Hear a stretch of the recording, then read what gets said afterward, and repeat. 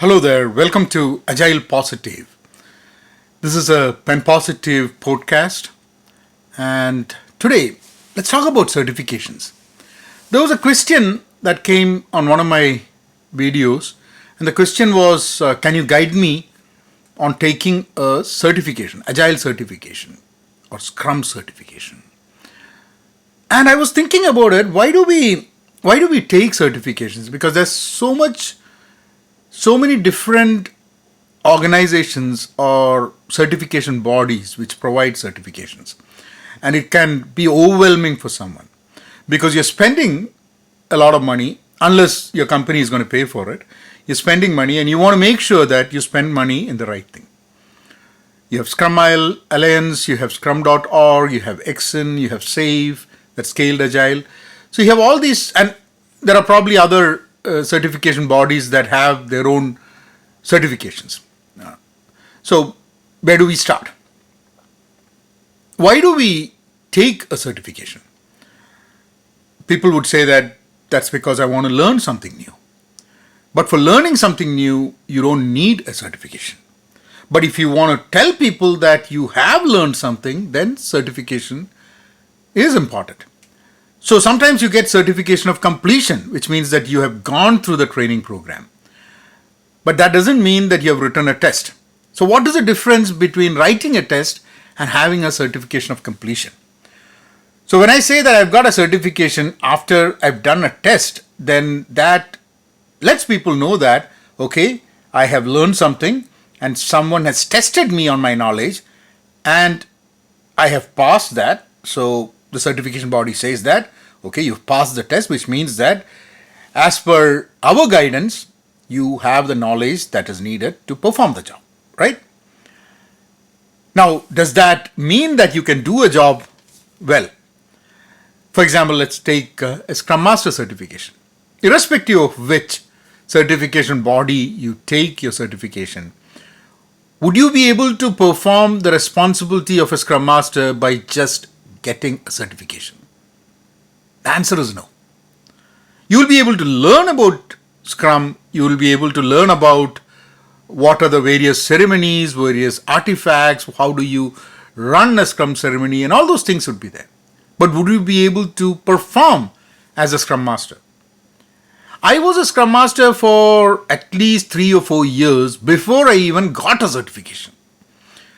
Because I joined a company, I joined the company as a project manager, but then they were implementing Agile. So as part of the work, I had to get into learning what Scrum is and performing Scrum ceremonies. And then I think at that time I used to say that I don't want to take a certification. And then 3 or 4 years later, the company funded, because it was about $900 and I didn't want to shell that kind of a money for a certification. But then I realized that once I got the certification, it made it easy to tell someone that, okay, I can work on Scrum. But because if it is someone who doesn't know me, how do they know whether I know what I'm talking about? Certification is probably that one stage where it's kind of an elimination round. If you want a Scrum Master, if you want a project manager, program manager, you look, do they have a Scrum Master certification? Do they have a PMP? So all these certifications help you to get to the next stage. Now, if you're looking for a job, that certification alone is not going to help you land on the job, because I have attended so many interviews with all the right credentials and certifications but did not get the job because the interviewer did not find me fit for that job or did not find me culturally fit for that company probably. And I have got into jobs without having the right certifications. So there's no hard and fast rule, but yes, certifications would definitely help you with that initial elimination round. If they say, I don't want to talk to anyone who doesn't have a Scrum Master certificate, I don't want to talk to someone who doesn't have a PMP certification. Yes, then I think probably that helps. But then at the end of it, to get a job, it means, can you perform in the interview? How do you communicate in the interview? Is there a right fit for that particular role? During that time of the interview, when you probably talk to one person or a panel of people, can you impress upon them the fact that you are the right person for the job? Certifications don't give you that. Certifications can probably give you or boost your confidence a bit because you know that you have actually passed the test. I've taken a lot of certifications in my career, and not all of them, I don't even know what I learned in those. But what I really bring to a table when I work for a company is my experience working with other companies, working with other teams. When I coach teams, I learn on a regular basis. I also unlearn on a regular basis because some of the things that I learned and I've been working on over a period of time, I figure out that they are obsolete. New ideas have come in the market. There are new ways of thinking. There are new ways of doing things. And it is important for me to unlearn if I want to learn something new. There's this interesting story where a coach or a mentor or a teacher is sitting with a disciple, and the disciple says, teach me something new. And the teacher keeps pouring tea into a glass, into a cup. And even after the cup is full, the teacher keeps pouring tea into it. And the disciple says, why are you doing that? That is exactly how you're asking me to teach you something. Unless you empty yourself on certain things, there's no space for there to teach or learn new things. So when I join a new company, there is a lot of unlearning I have to do along with the learning. And it's very important. So I think we kind of digressed, but to the person who asked me what certification should I take, I would definitely ask them to do a career plot. Kind of, what do they want to do? Why do they want to take that certification? Why do they want to take that specific certification? If you're just thinking about Scrum certification, I can tell you that Scrum Alliance and the Scrum.org certifications are the most popular, most prominent, most people know.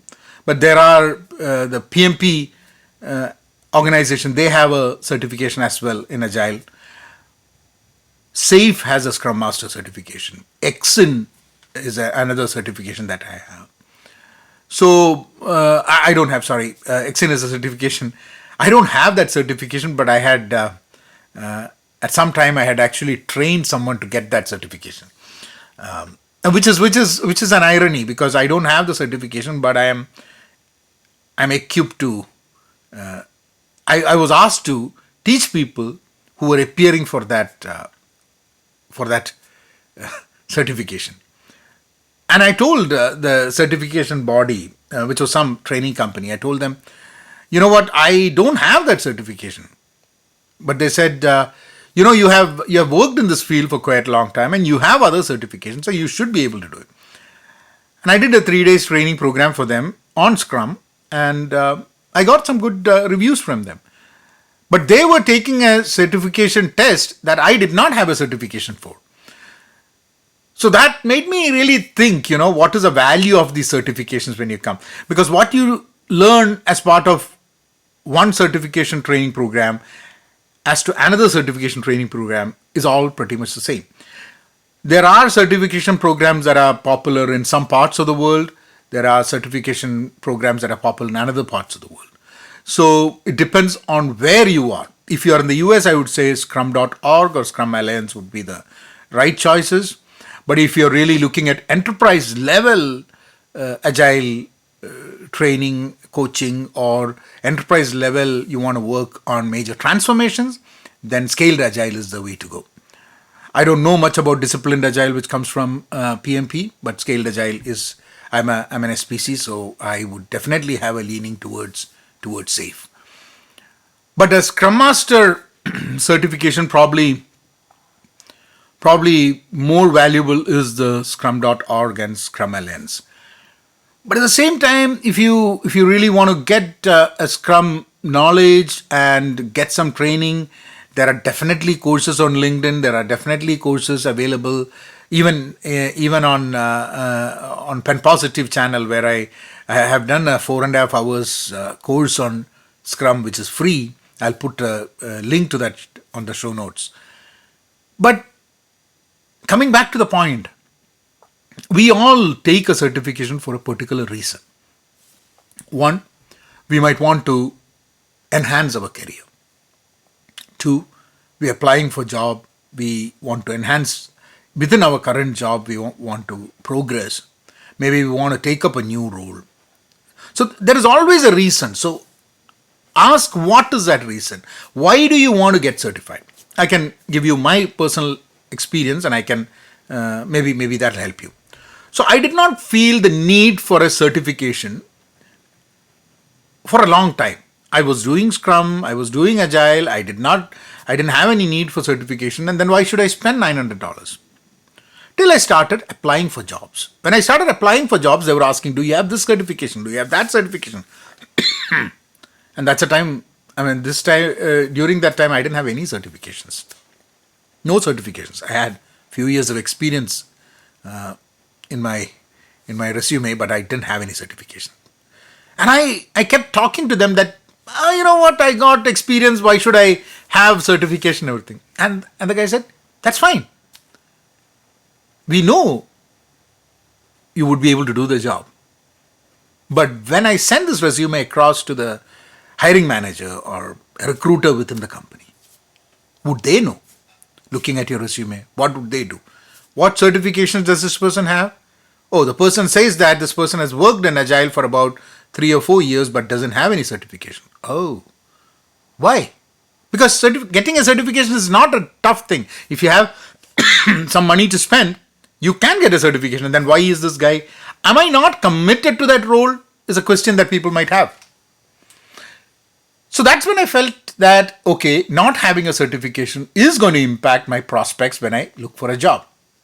And luckily for me, instead of having to decide to spend $900 or so, we had a training program within the company that I was working at that time, and I got the certification.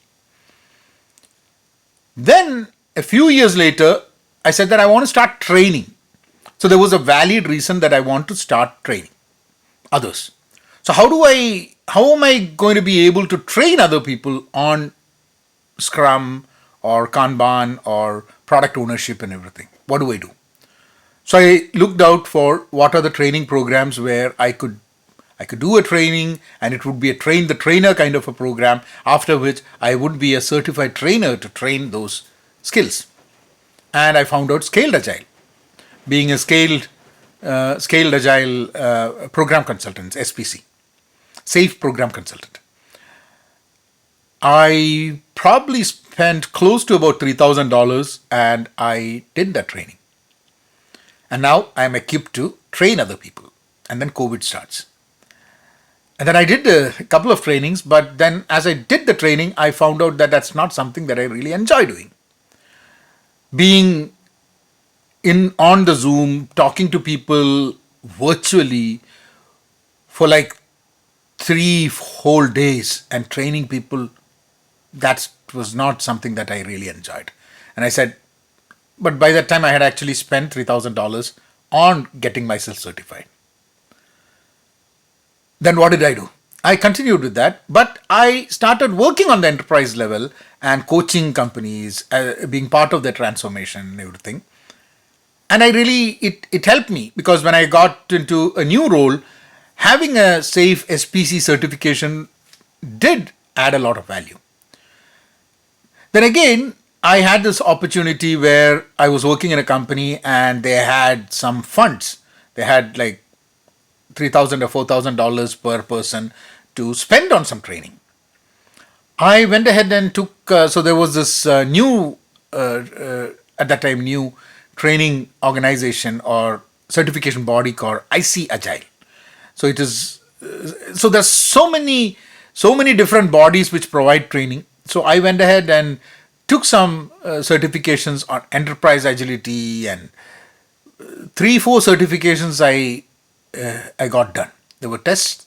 Rather than tests, there were essays to be written and everything. And I kind of, so within the last few years, what happened was that from having no certifications, I gained some 5-6 certifications.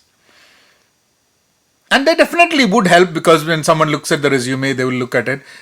They would they would at least give me the next chance, move it to the next step, because they see 5 or 6 relevant certifications on my resume. So yes, from that point, certifications would help. Choosing which certification depends on where you want to take your career forward. If your role is a program management, project management kind of role, I still, even now, though I don't have one, I still recommend the PMP, the PMP certification for program management, because that's extensive. As of making this video, I had done a training program last year, but I never gave the test. I don't really like tests, and that's the main reason that I have not done it. Some of the other friends of mine who took that certification or did that training with me have been after me, telling me that go ahead, do the test, do the test. I don't know. Maybe I will do. I've got at least 5-6 months more before I can. I mean, it's about a year. Within a year, I had to do the test. So maybe I'll do it. I don't know. But for a program manager, project management kind of person, I think. But you also need to have 2 years of experience before you can take your PMP. I think they have some guidelines for that. Scrum Master, I think anyone fresh out of college, I think you can go and take a Scrum Master certification. So it all depends on what your career. So even before deciding or paying money for any certification, I think ideally you should see where do you want to see yourself in your career in the next 2 to 3 years. Forget about 5, 10 and all, you might have that plans, but 2 to 3 years. And how is this certification going to help you? Now, there's another interesting assessment that I've made when I take a certification. When I take a certification and when I know that I'm certified, I am a bit more serious about that profession, a bit more serious about my skills in that area. I tend to read more about it. I tend to implement more of that in my work. I kind of feel more confident about doing what I've just got certified. So 4 years working as a Scrum Master without a certification, after the 4 years, after the certification, I think my confidence increased a bit. Maybe I did not learn anything new, but at least my confidence increased. So I think certifications are good. Decide on what it is. If you can get your company to pay for the certification, that's a right way to go, because always I think if you're going to spend money, because I spent about $3,000 on getting my SPC, but I did not really recover that money other than what help it would have done to get me employed somewhere, right? So I have not specifically done any training programs that paid me, because I was mostly I was shadowing other people on doing those training. So anyway, I'll leave that. I don't know if this answered the question of someone who asked me for what certification to be done. But if it is Agile, Scrum Master certifications, the CSM certification is pretty easy, and I think that'll be. I don't think it's that expensive. I don't know if it's $900 or maybe it's just $600. But whatever it is, that's it. You could even go for some cheaper certification that is available. When I say cheaper, I don't mean from a quality perspective. I mean from a fees perspective. Higher fees doesn't mean higher quality. Higher fees means better branding. So if it is branding that you're looking, then obviously the fees is going to be more. If the fees is less, then obviously the branding for that particular certification would be less. It all depends on what our goal are. So anyway, I'll see you all next week. So if you're listening to me on the Pen Positive Outclass podcast, then I rotate the podcast with something on Agile, something on personal development, something on books, and so on. But if you are watching this on video, then Agile Positive is one of the YouTube channels where I talk about Agile. Book Positive is the YouTube channel where I talk about books, and Pen Positive is the channel where I rant about personal development and professional development. And sometimes it's just a retrospective of the week that just passed. You guys take care. I'll see you all again another time.